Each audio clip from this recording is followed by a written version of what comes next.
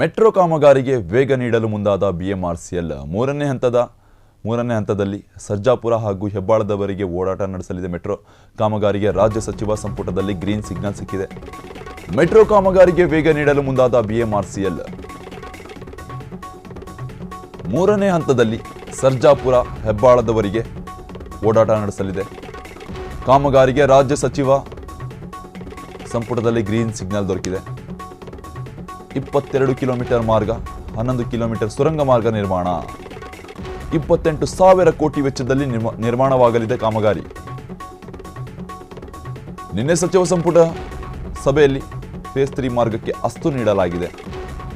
Metro ಕಾಮಗಾರಿಗಾಗಿ ವೇಗ ನೀಡಲು ಮುಂದಾದ ಬಿಎಂಆರ್ಸಿಎಲ್ ಮೂರನೇ ಹಂತದಲ್ಲಿ ಸರ್ಜಾಪುರ ಹೆಬ್ಬಾಳದವರೆಗೆ ಓಡಾಟ ನಡೆಸಲಿದೆ.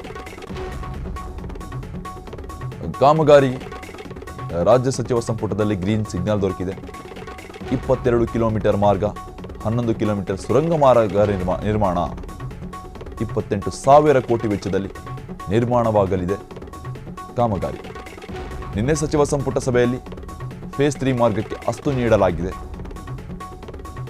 ಮೆಟ್ರೋ ಕಾಮಗಾರಿಗೆ ವೇಗ ನೀಡಲು ಮುಂದಾದ ಬಿಎಂಆರ್ಸಿಎಲ್ ಮೂರನೇ ಹಂತದಲ್ಲಿ ಸರ್ಜಾಪುರ ಹಾಗೂ ಹೆಬ್ಬಾಳದವರೆಗೆ ಓಡಾಟ. ಕಾಮಗಾರಿಗೆ ರಾಜ್ಯ ಸಚಿವ ಸಂಪುಟದಲ್ಲಿ ಗ್ರೀನ್ ಸಿಗ್ನಲ್ ಸಿಕ್ಕಿರತಕ್ಕಂಥದ್ದು. 22 ಕಿಲೋಮೀಟರ್ ಮಾರ್ಗ ಇರಲಿದೆ. ಇದರಲ್ಲಿ 11 ಕಿಲೋಮೀಟರ್ ಸುರಂಗ ಮಾರ್ಗ ನಿರ್ಮಾಣ ಮಾಡಲು ಅಸ್ತು ನೀಡಲಾಗಿದೆ. ಸುಮಾರು 28,000 ಕೋಟಿ ವೆಚ್ಚದಲ್ಲಿ ನಿರ್ಮಾಣವಾಗಲಿದೆ ಕಾಮಗಾರಿ. ನಿನ್ನೆ ಸಚಿವ ಸಂಪುಟ ಸಭೆಯಲ್ಲಿ ಫೇಸ್ 3 ಮಾರ್ಗಕ್ಕೆ ಅಸ್ತು ನೀಡಲಾಗಿದೆ. ಮೆಟ್ರೋ ಕಾಮಗಾರಿಗೆ ವೇಗ ನೀಡಲು ಮುಂದಾದ ಬಿಎಂಆರ್ಸಿಎಲ್ ಮೂರನೇ ಹಂತದಲ್ಲಿ ಸರ್ಜಾಪುರ ಹೆಬ್ಬಾಳದವರೆಗೆ ಓಡಾಟ. ಕಾಮಗಾರಿಗೆ ರಾಜ್ಯ ಸಚಿವ ಸಂಪುಟದಲ್ಲಿ ಗ್ರೀನ್ ಸಿಗ್ನಲ್. 22 ಕಿಲೋಮೀಟರ್ ಟೋಟಲ್ ಮಾರ್ಗ ಇರಲಿದೆ. ಇದರಲ್ಲಿ 11 ಕಿಲೋಮೀಟರ್ನಷ್ಟು ಸುರಂಗ ಮಾರ್ಗ ಇರಲಿದೆ. ಈ ಕಾಮಗಾರಿಯಲ್ಲಿ ರಾಜ್ಯ ಸಚಿವ ಸಂಪುಟ ಗ್ರೀನ್ ಸಿಗ್ನಲ್ ಕೊಟ್ಟಿರ್ತಕ್ಕಂಥದ್ದು. ಮೂರನೇ ಹಂತದ ಮೆಟ್ರೋ ಕಾಮಗಾರಿಗೆ ಸುಮಾರು 28,000 ಕೋಟಿ ವೆಚ್ಚದಲ್ಲಿ ನಿರ್ಮಾಣವಾಗಲಿದೆ ಈ ಕಾಮಗಾರಿ. ನಿನ್ನೆ ಸಚಿವ ಸಂಪುಟ ಸಭೆಯಲ್ಲಿ ಫೇಸ್ 3 ಮಾರ್ಗಕ್ಕೆ ಅಸ್ತು ನೀಡಲಾಗಿರ್ತಕ್ಕಂಥದ್ದು ರಾಜ್ಯ ಸರ್ಕಾರದಿಂದ.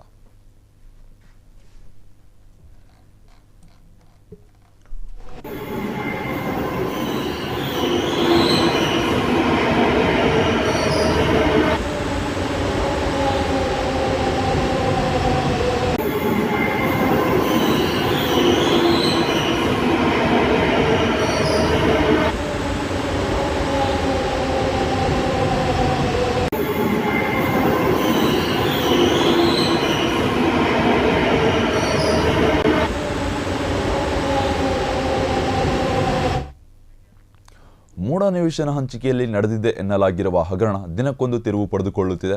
ಮೈಸೂರಿನ ವಿಜಯನಗರದಲ್ಲಿ ಸುಮಾರು 1 ಕೋಟಿ ರೂಪಾಯಿಗೂ ಅಧಿಕ ಬೆಲೆ ಬಾಳುವ 23 ನಿವೇಶನಗಳನ್ನು ಕೇವಲ 3,000 ರುಗೆ ಮಾರಾಟ ಮಾಡಿರುವ ಆರೋಪ ಮಾಡಿರ್ತಕ್ಕಂಥದ್ದು ಈ ಮೂಡಾದಲ್ಲಿ ವಿರುದ್ಧ ಕೇಳಿಬಂದಿದೆ. ಇದರಿಂದ ಸರ್ಕಾರಕ್ಕೆ ಸುಮಾರು 300 ಕೋಟಿ ರೂಪಾಯಿಗಿಂತ ಅಧಿಕ ನಷ್ಟವಾಗಿದೆ ಎಂದು ಹೇಳಲಾಗುತ್ತಿದೆ. ಮೂಡ ಮಾಜಿ ಆಯುಕ್ತ ದಿನೇಶ್ ಮತ್ತು ರಿಯಲ್ ಎಸ್ಟೇಟ್ ಉದ್ಯಮಿ ಕಾರ್ತಿಕ್ ಬಡಾವಣೆಯ ಮಂಜುನಾಥ್ ನಿಂದ ಈ ಒಂದು ಮಹಾ ಭೂಗಳ್ಳತನ ನಡೆದಿದೆ ಎಂಬ ಆರೋಪ ಕೇಳಿ ಬರ್ತಾ ಇರ್ತಕ್ಕಂಥದ್ದು. ಇಡಿ ಮುಂದೆ ವಿಚಾರಣೆಗೆ ಹಾಜರಾಗಿದ್ದಾಗ ಮೂಡ ಮಾಜಿ ಆಯುಕ್ತ ದಿನೇಶ್ ರಿಯಲ್ ಎಸ್ಟೇಟ್ ಉದ್ಯಮಿ ಮಂಜುನಾಥ್ಗೆ ಪ್ರೋತ್ಸಾಹದಾಯಕ ಯೋಜನೆ ಹೆಸರಿನಲ್ಲಿ 5 ದಿನಗಳಲ್ಲಿ ಒಂದು ನಿವೇಶನಕ್ಕೆ 3,000 ರೂಪಾಯಿಯಂತೆ 23 ಸೈಟ್ಗಳನ್ನು ನೀಡಲಾಗಿದೆ. ಇನ್ನು ಕ್ರಯಪತ್ರದಲ್ಲಿ ಮಂಜುನಾಥ್ ಯಾವ ಭೂಮಿ ಕಳೆದುಕೊಂಡಿದ್ದಾರೆ ಎಂಬ ಮಾಹಿತಿ ಇಲ್ಲ. ಆದರೆ ಪ್ರೋತ್ಸಾಹದಾಯಕ ಎಂದು ನಮೂದಿಸಿ ನಿವೇಶನಗಳನ್ನು ನೀಡಲಾಗಿದೆ. 5 ಲಕ್ಷ ಶುಲ್ಕ ಪಾವತಿ ಸ್ಥಳದಲ್ಲಿ ಕೇವಲ 600 ರೂಪಾಯಿ ಪಾವತಿ ಮಾಡಿಕೊಂಡಿರತಕ್ಕಂಥದ್ದು ನಿವೇಶನ ನೀಡಲಾಗಿರ್ತಕ್ಕಂಥದ್ದು. ಇದರ ಮೂಲಕ ಮೂಡ ಭ್ರಷ್ಟಾಚಾರದ ಬಗ್ಗೆ 1 ವರ್ಷದ ಹಿಂದೆ ಕೃಷ್ಣ ಎಂಬುವರು ಮೈಸೂರು ಲೋಕಾಯುಕ್ತಕ್ಕೆ ದೂರು ಕೂಡ ಸಲ್ಲಿಸಿದ್ದರು.